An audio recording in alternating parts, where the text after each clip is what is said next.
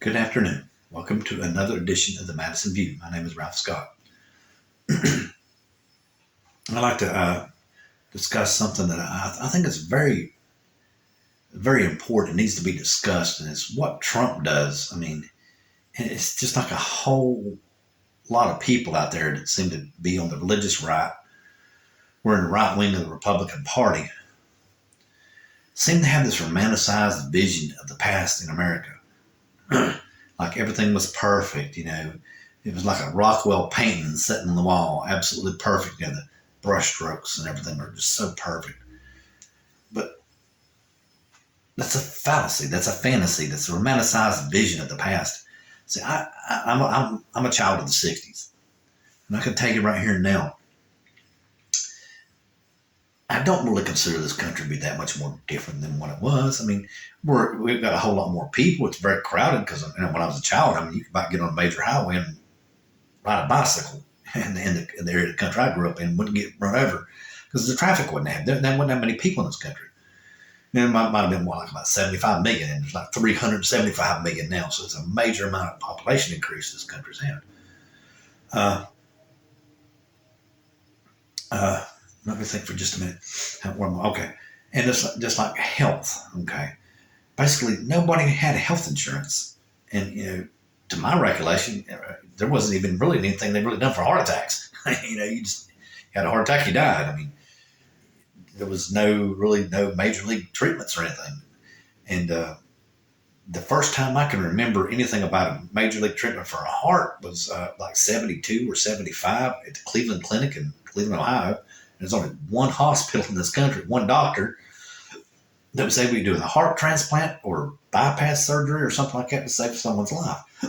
It was big news. It was on network news. Walter Cronkite and all that stuff had it. But it's just a very romanticized vision of everything. People back then were innocent. We didn't have the information that we have now. A lot of the stuff like homosexuality or just there's quite a bit of stuff that was just raked underneath the carpet. Nobody said anything about it. It was pushed underneath the carpet, keep your mouth shut, sit down, stop doing that. It was kept within families and everything. It was just a lot more. Things were just done a little bit different, I think, more so than anything else. There was really nothing, no different really than what it is now. It's like a lot of people would say, well, there wasn't gays in the '60s or whatever. That's probably how idealistic some people was, but I think Edgar Gacy, the guy that killed all the kids in Chicago, I think he got locked up for homosexuality in like '62 or something like that. Yeah, he served a jail sentence for it, but it was around. People got murdered. People got robbed. They're still solving cases from the '60s and '70s and '80s to this day. And just like life expectancy. For a white American, it was 68 in 1950, and now it's like 77. It was 79 until the pandemic come around, so it was over a 10-year life expectancy increase. For blacks, it's tremendous. That was like 33 years, and now it's like 73. It's a tremendous amount of life increase for blacks. Education. Like 90% of the people in this country graduated high school. It's things aren't as bad as what Donald Trump makes them out to be. Is it perfect? No. The United States has never been perfect. And it never will be perfect. It's done by people. Have you ever met a perfect person? It just baffles me. There's problems, but it's also multiplied by our population. Our population has increased tremendously. So all these statistics probably bear out. And the way I understand it, compared to the '90s, the murder rates actually dropped per 1,000. I think at one time it was almost like 200 or 75. It was way up there. It's like down like 47 or something like that per 1,000. That's even in some of the higher cities. The higher crime rate cities. It's not as bad as, it ain't great. I don't see anybody get shot, but it's actually improved a little bit. So, nothing's perfect. Where everyone gets this idea that, just because you enact a religious law, it's not going to make everything better. And I'll give you the classic example of this. Okay. Everyone knows about Galileo. Okay. Now, Galileo, of course, is the one that invented the telescope and discovered that the sun is the center of the universe and everything, or galaxy really, but they thought universe back then, and everything rotates around the sun. Well, do you realize that was a blasphemy? The church taught everybody that the earth was the center of the universe and everything rotated around the earth. So Galileo went completely against all religious teachings, and he was locked up for the last 30 years of his life for that, for telling the truth. It's because he went against a religious doctrine. Basically, that was one of the first examples, in my opinion, of religious tyranny. But I mean, there was many times before that, but I'm talking about ones that we have actually documented. It's very factual and it's very straightforward, and people are taught it. That's religious tyranny. Yeah, just because it went against a religious doctrine,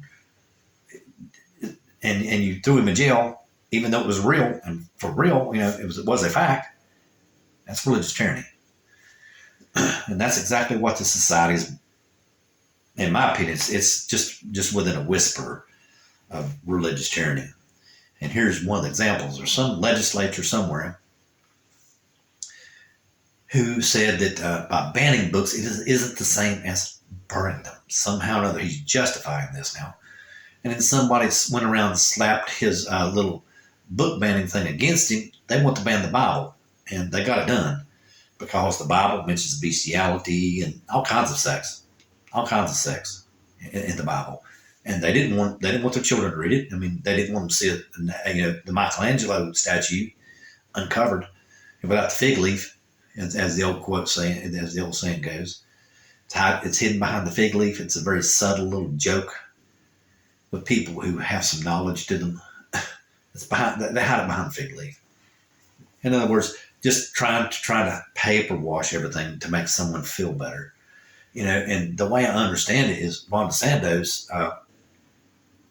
down in Florida, they were discussing at some community college civil rights, right? And they got into the discussion of Jim Crow and how whites were still maintaining the everybody say it, the hierarchical society, the patriarchal society, and that person felt uncomfortable about it, so he wrote Ron DeSantis, and they canceled the whole entire class. One person was afraid of the facts of history, so therefore Ron DeSantis decided to put a clamp on knowledge, which is absolutely wrong. That is religious tyranny. Yes, it is, because he done it for religious reasons, because they considered woke to be dangerous in the religious right wing of the Republican Party. It's not dangerous what discussed in the past, so it doesn't get repeated again. What's wrong with that? You're afraid to admit the facts of life? There's a very old saying. I don't know whether it was the Stoics or who it was that said it. In case you don't understand what the Stoics are, it was the Greek wise men. Said it: if a man does not know his history, he is doomed to repeat it again.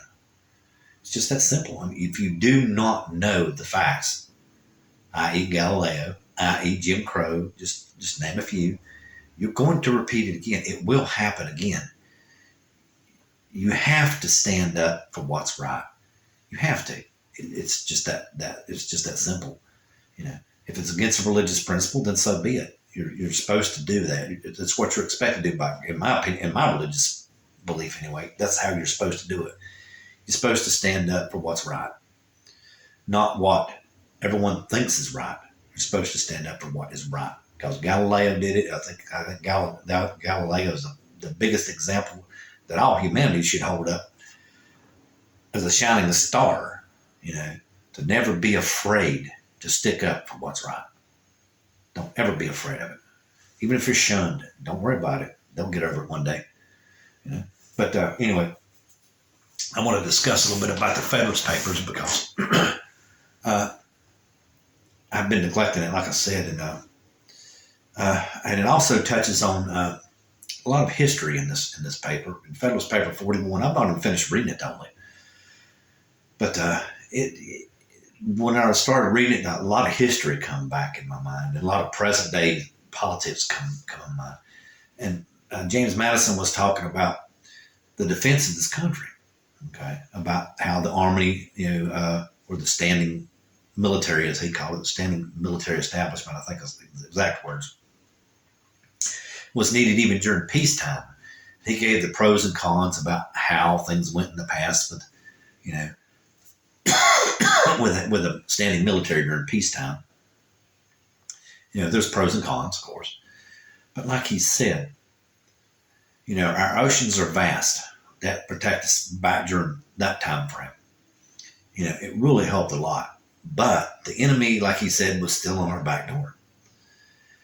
Without America united, okay, which is what made the Constitution come about, was because for our own safety reasons, so we could establish a military and have the good laws between the borders and everything. It was all for safety. It was all for commerce and safety, you know, and to protect the individual's rights. That's exactly what the reason why it was done. But like he said, is if America was not united, okay, we would fall to our enemies in very quick succession. And our enemies could be within, like he said, it could be within our border. You know, there could have been one state got mad because they paid too much taxes. They didn't feel like they were getting their money's worth an attack. You know, and it just goes back to show that, you know, Marjorie Taylor Greene wanted the national divorce. I mean, do you realize that this country would fall very quickly because, I mean, what would stop China from coming in? We're fragmented. There would be no federal army to defeat. They just have to defeat one state army that was the strongest, and the next one would fall in line because they wouldn't have the equipment to beat them. You know, we wouldn't be able to protect. We would have no national security if the United States wasn't together. I mean, this big fallacy of somehow or another that the national divorce is going to solve all our problems. It's just that. That's what Madison was talking about in the paper. It's a very ill thought out fallacy. A fantasy is basically what he called it. Same thing I feel like about it. It's just a fantasy. You're not thinking critically, and that's exactly what he says. It's basically a folly. I call it a fallacy myself because I think it's a bit more respectable. Because someone could be wrong, and that's exactly what it is. You're just not thinking about things critically. Without this country together, we'll fall. And there was a very famous quote by an American president: "United we stand, divided we fall." And all I can say is he must have pretty much been reading paper 41, because I'm telling you, man, Madison went into extreme detail. And he was very fervent about this. Without us being united, the United States will not survive. That's all I like to say. Good night.